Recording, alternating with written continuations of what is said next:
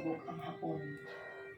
Pero kahit gutay-gutay ng katawan niya, buhay pa din siya. Lumapit si Dio at puputulan na sana niya ng ulo ang samurai. Pero matindi ang hapon na sundalong to. Kinuha niya ang katana niya at ginilitan ng sarili. Ayaw talagang patalo.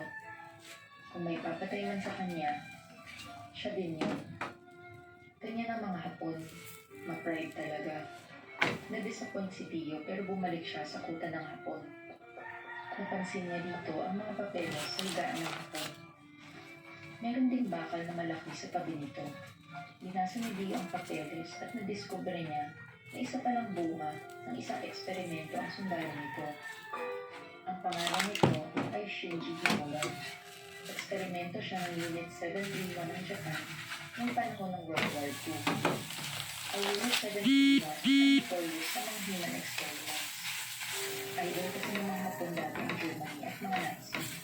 Kaya ng mga Nazi, they use these experiments para makita ang epekto ng iba't ibang disease or biological weapon sa tao.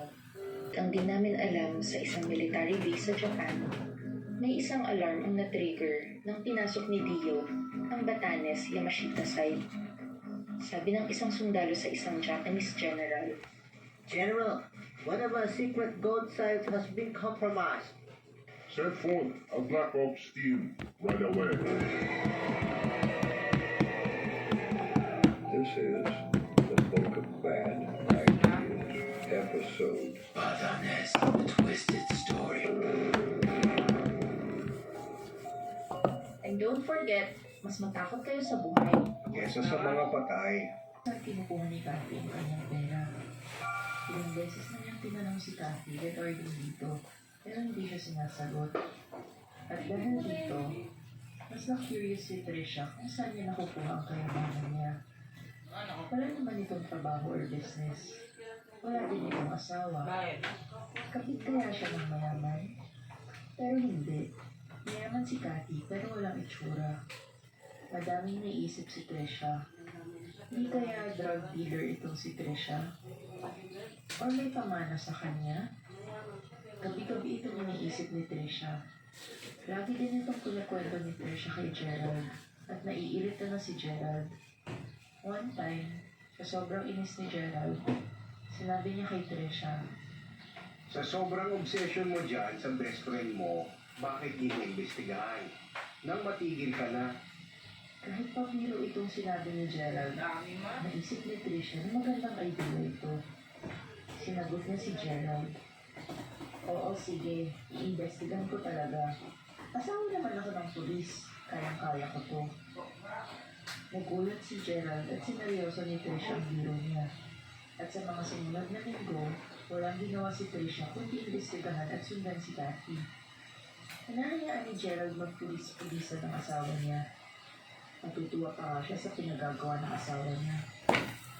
Pero dumating ang isang araw na pinagsisiyan ito ni Master Sergeant Gerald. Lunes ng tanghali, dinalaw ni Gerald ang isang matandang palaboy sa harap ng presinto ng Puerto Princesa. Ito si Manong Pepe. Sa kalye na siya nakatira. Umuwi ka, bilis. Merong mahabol sa akin. Nung nadiskubre ako about kay Cathy at sa mga ninakaw niya. Dito mag-gets ni Gerald. Habang paakyat siya sa kwarto nila, kinabahan si Gerald at may mga patak ang soko sa kanya at sabing nakita daw nila ang cellphone ni Trisha. Binigay nila ang cellphone kay Gerald at umuwi na sila.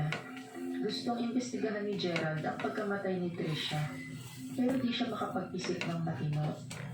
Ang importante ay ayusin niya muna ang buhol at libing ng asawa niya. Makalipas ang isang linggo, nailibing si Trisha.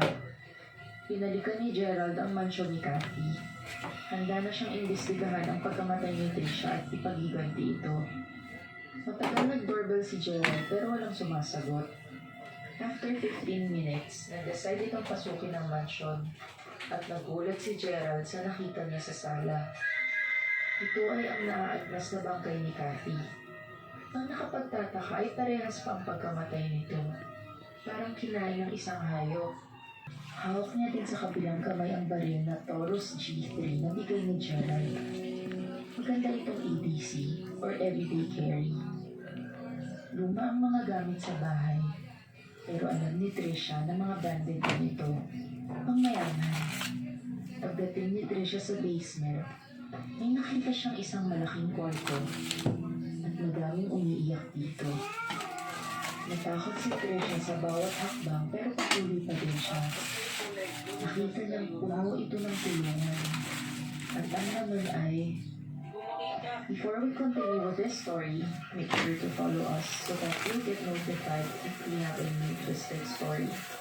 Now, going back to our story, napasigaw si Trisha sa nakita niya.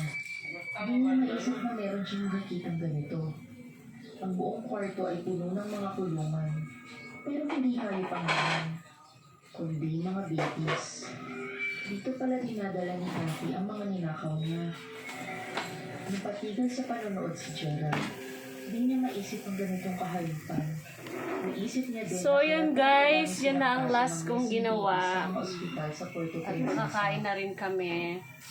Tinuloy ni Ayan Gerald ang guys, panonood. 1, 2, 3, 4, 5, 6 pairs. Pero sa dami nito, Ayan guys. hindi niya alam kung paano ito kukunin lahat.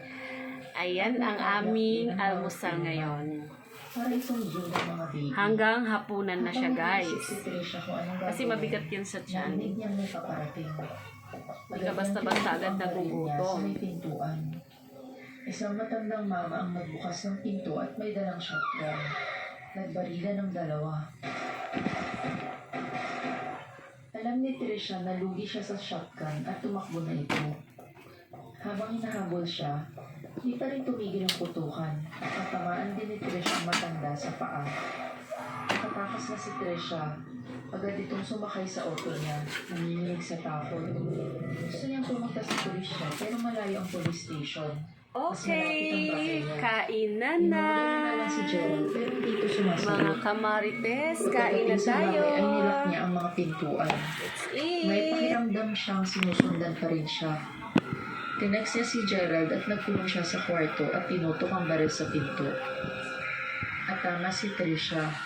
Maya-maya ay may pumasok sa bahay nila. Patuloy pa din ang pag-video record niya kahit ganito na ang nangyayari. Kain na, baby.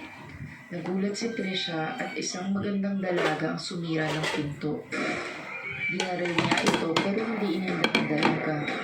Inubos ni Trisha ang magazine pero walang nangyayari sa babae.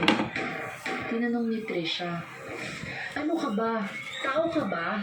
Bakit mo kinukulong ang mga sanggol sa bahay mo? Hindi hayop ang mga ito.